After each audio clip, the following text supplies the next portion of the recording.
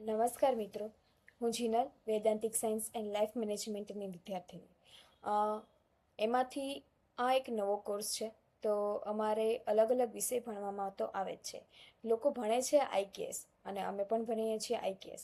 તો Indian knowledge system આ જે સબ્જેક્ટ છે, તો તેમાં જે લોકો ભણે છે તેનાથી અમે કંઈક અલગ ભણી રહ્યા છીએ. અ, એમાં અમે માનવના જીવનના મૂલ્યો શીખી રહ્યા છીએ. એમાંથી અલગ અલગ મુદ્દાઓ છે અને તે મૂલ્યો છે તે જોઈએ તો અસ્તિત્વ છે, જિજીવિષા છે, ધ્યેયનિષ્ઠ છે, નિર્ભયતા છે, હોવાપણું છે. હવે આ એક એવા પોઈન્ટ્સ છે કે જે એક માણસના જીવનમાં હોવા ખૂબ જ જરૂરી છે. જ્યારે નહીં હોય ને ત્યારે એને કેટલી બધી મુશ્કેલી કાં તો કંઈક ને કંઈક ડર સતાવતો હશે. તો આવા જ અમે અલગ અલગ મૂલ્યો શીખી રહ્યા છે. તો એક વિચાર આવ્યો કે તમારી સમક્ષ પણ પ્રસ્તુત કરીએ. તો ચાલો આપણે તેને જોઈએ.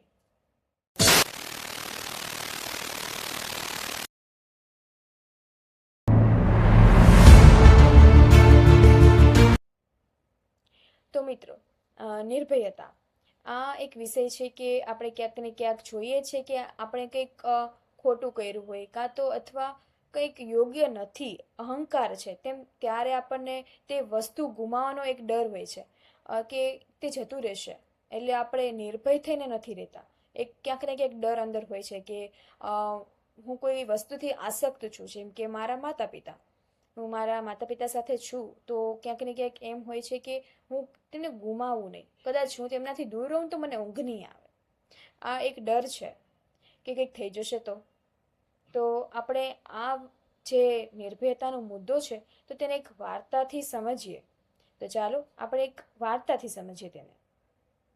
મિત્રો, આ નિર્ભયતાનો મુદ્દોને આવરી લેતા એક વાર્તા છે. એક રાજ્ય હતું જેમાં એક મહાન રાજા રાજ કરતો હતો અને તેની પાસે બધી જ વસ્તુ છે. રાજા છે તો તેની પાસે સામગ્રી હશે જ, અને બધી સેવા સગવડ, સૈન્ય છે, ખજાનો છે, બધું જ છે. એક વખત તે રાજ્યમાં એક ફકીર આવ્યો અને તે ફકીરે તે રાજાના દરબારમાં પ્રવેશ કર્યો અને રાજાએ ખૂબ જ ઉત્સાહ સાથે કહ્યું કે હે ફકીર, મારી પાસે પૈસા છે, ધન છે, સૈન્ય છે અને પ્રજા છે અને રાણીઓ પણ છે. તો હું નિર્ભય થઈને રહી શકું છું. હું નિખાલસ છું. મને કોઈનો ડર નથી. ત્યારે ફકીર તેને કહે છે, તું કેવી રીતે નિર્ભય થઈને રહી શકે છે? તારી પાસે આ બધી જ વસ્તુ છે તો તું નિર્ભય નથી.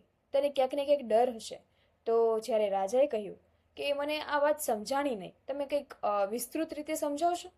ત્યારે ફકીરે આવી જ રીતે કંઈક વાર્તા કહી.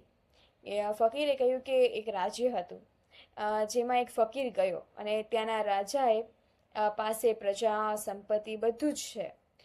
પરંતુ આપણે જોઈએ છીએ કે કોઈની પાસે શસ્ત્રો હોય તો તે નિખાલસ છે તે માની લેવું. કોઈની પાસે શસ્ત્ર છે તે માનવું યોગ્ય નથી.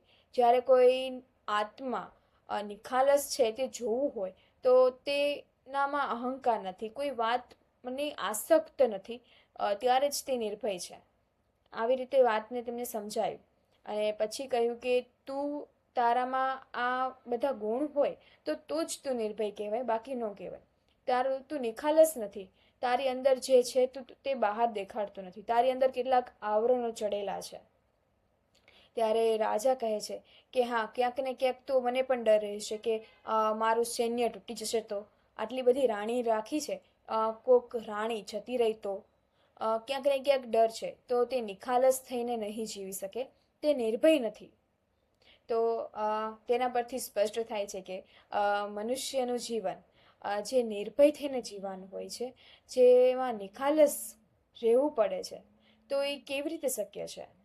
તો કોઈ પણ વસ્તુથી આસક્ત ન થવું અને કોઈ પણ એક વસ્તુ છે જે આપણને અતિશય પ્રિય હોય છે તો તેનામાં આસક્ત ના રહેવું.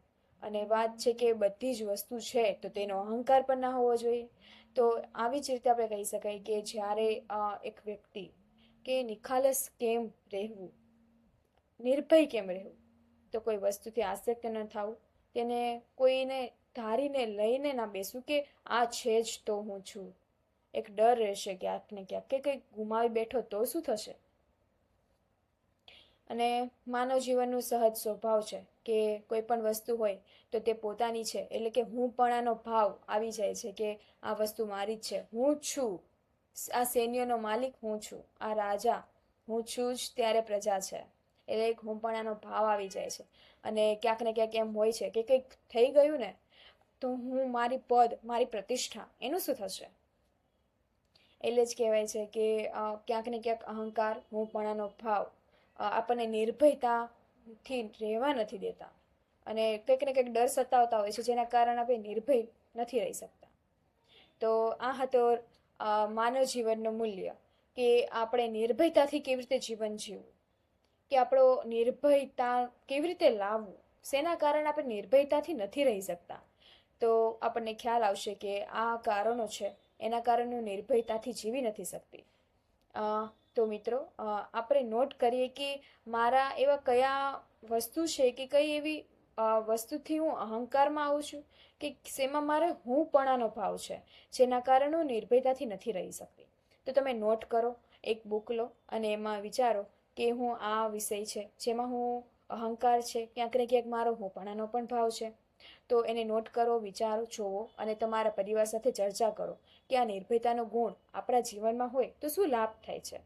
તો તમે જુઓ, વિચારો, સમજો અને વધુને વધુ લોકો સુધી આ ગુણને, એક માનવ જીવનનું મૂલ્ય છે જેને વધુને વધુ માનવ જાત સુધી પહોંચાડવાનો પ્રયત્ન કરજો.